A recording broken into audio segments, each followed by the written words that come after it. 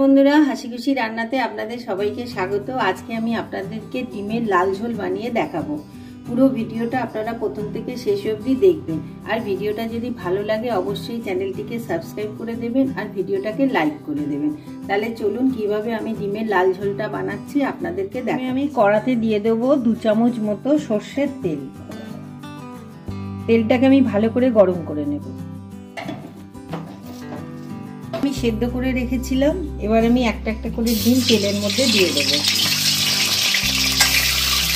বেশি ফেটে না হতে তার জন্য দিয়ে দেবো সামান্য হলুদ আর সামান্য নুন। ডিমটাকে ভালো করে লাল করে ভেজে নেব। ডিমটাকে ঠিক এইভাবে ভাজতে হবে। দেখুন ডিমটা আস্তে আস্তে কি সুন্দর লাল হয়ে আসছে। ডিমটাকে ঠিক এইভাবে ভেজে নিতে হবে। এখন ইউটিউবে প্রায় দেখা যায় ডিমের লাল ঝোল, তাই ভাবলাম কি আজকে আপনাদেরকে আমিও একটু আমার মতো করে লাল ঝোল বানিয়ে দেখাই। দেখুন ডিমটা ঠিক এইভাবে ভাজতে হবে। আমার ভাজা হয়ে গেছে, আমি এবার ডিমটাকে একটা জায়গায় তুলে রাখবো।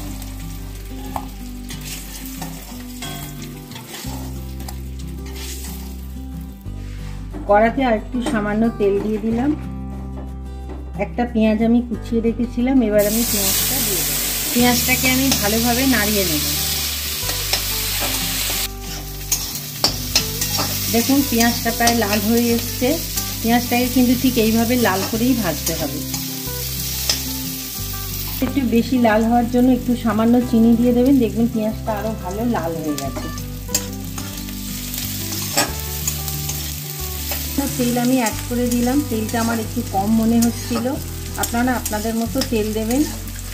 দেখুন পেঁয়াজটা প্রায় লাল হয়ে এসছে। এবার দিয়ে দেবো টমেটো কুচি।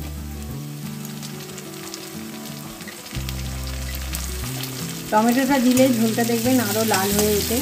টমেটোটাকে আমি ভালো করে ভেজে নেব। এবারে আমি কটা আলু সেদ্ধ করে রেখেছিলাম, এই আলুগুলোকে আমি দিয়ে দেব।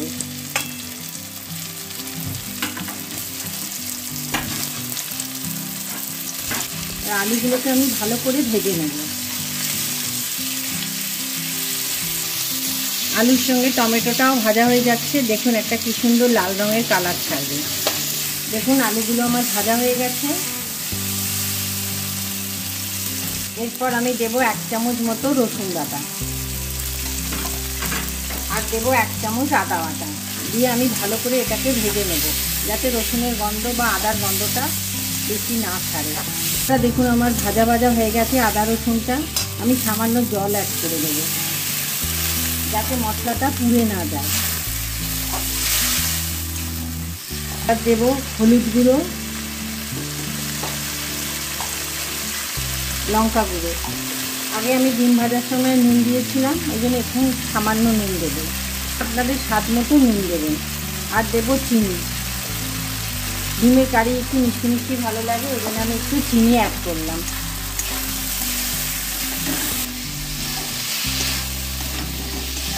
মশলাটা আমার কষানো হয়ে গেছে। এবার আমি এখানে জল অ্যাড করে দেবো।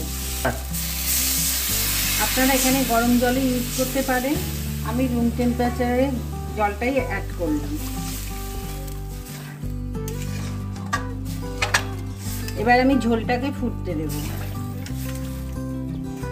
ঝোলটা আমার ফুটতে আরম্ভ করেছে। যে ডিমগুলো আমি ভেজে রেখেছিলাম সেগুলো আমি ঝোলের মধ্যে ডুবিয়ে দেবো।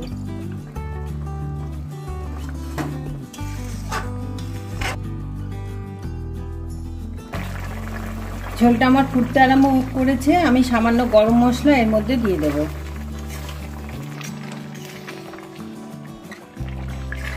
ডিমের লাল ঝোলটা আমার রেডি হয়ে গেছে। আমার এই ভিডিওটা যদি ভালো লাগে অবশ্যই ভিডিওটাকে লাইক করবেন আর চ্যানেলটিকে সাবস্ক্রাইব করে দেবেন। আপনারা এই ঝোল পরোটা, রুটি, ভাত সবার সঙ্গেই খেতে পারবেন। আমি এটা ডিনারের জন্য বানিয়েছি, আমরা রুটির সঙ্গে এটা খাবো। এবার আমি এটাকে সার্ভ করে দেবো।